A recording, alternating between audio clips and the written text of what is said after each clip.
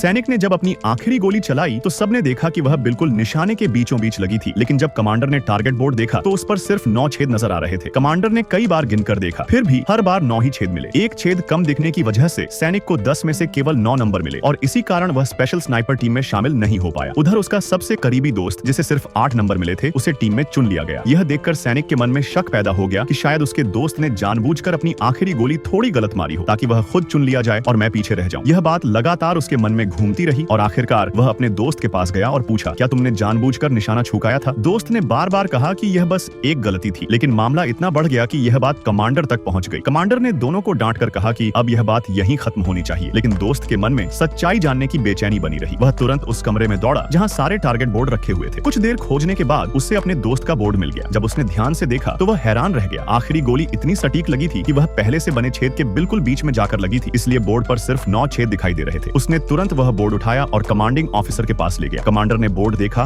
और वह भी हैरान रह गया। उसने ट्रेनिंग ऑफिसर को बुलाया और पूरा मामला सच्चाई सबके सामने थी। सैनिक के पूरे 10 में से 10 नंबर थे। इंस्ट्रक्टर ने कमांडर से पूछा कि क्या चयन बदला जा सकता है। कमांडर जानता था कि अगर वह चुनाव बदलता है तो एक ईमानदार और वफादार सैनिक पीछे रह जाएगा, लेकिन उसने दोस्ती और सच को प्राथमिकता दी।